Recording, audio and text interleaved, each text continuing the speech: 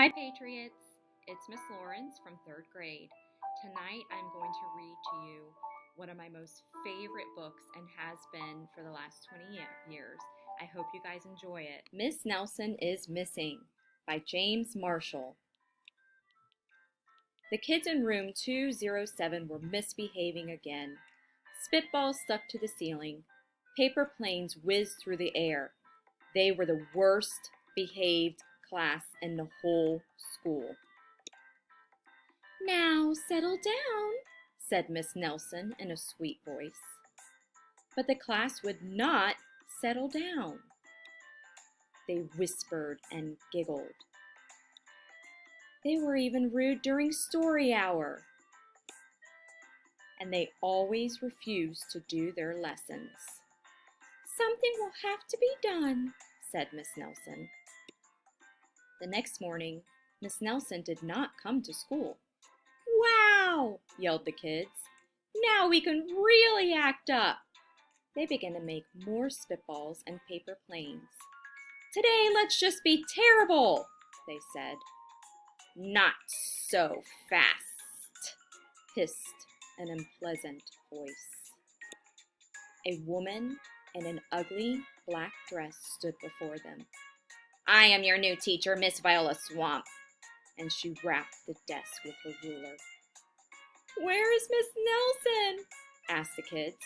"Never mind that," snapped Miss Swamp. "Open those arithmetic books."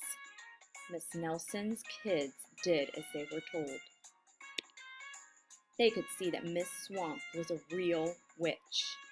She meant business. Right away, she put them to work, and she loaded them down with homework. "We'll have no story hour today," said Miss Swamp. "Keep your mouth silent," said Miss Swamp. "Sit perfectly still," said Miss Swamp. "And if you misbehave, you'll be sorry," said Miss Swamp. The kids in room 207 had never worked so hard. Days went by, and there was no sign of Miss Nelson. The kids missed Miss Nelson. "Maybe we should try to find her," they said. Some of them went to the police. Detective McSmog was assigned to the case. He listened to their story. He scratched his chin. He said. I think Miss Nelson is missing." Detective McSmog would not be much help. Other kids went to Miss Nelson's house. The shades were tightly drawn, and no one answered the door. In fact, the only person they did see was the wicked Miss Viola Swamp coming up the street. "If she sees us, she'll give us more homework."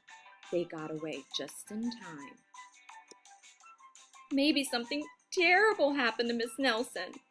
Maybe she was gobbled up by a shark," said one of the kids. But that didn't seem likely. "Maybe Miss Nelson went to Mars," said another kid. But that didn't seem likely either. "I know," exclaimed one know-it-all. "Maybe Miss Nelson's car was carried off by a swarm of angry butterflies." But that was least likely of all. Back home, Miss Nelson took off her coat and hung it in a closet, right next to an ugly black dress. When it was time for bed, she sang a little song. "I'll never tell," she said to herself with a smile. The kids in room 207 became very discouraged. It seemed that Miss Nelson was never coming back, and they would be stuck with Miss Viola Swamp forever. They heard footsteps in the hall. "Here comes a witch," they whispered. "Hello, children," someone said in a sweet voice. It was Miss Nelson. "Did you miss me?" she asked. "We certainly did," cried all the kids. "Where were you?" "That's my little secret," said Miss Nelson. "How about a story hour?" "Oh, yes!" cried the kids. Miss Nelson noticed that during story hour no one was rude or silly. "What brought about this lovely change?" she asked. "That's our little secret," said the kids.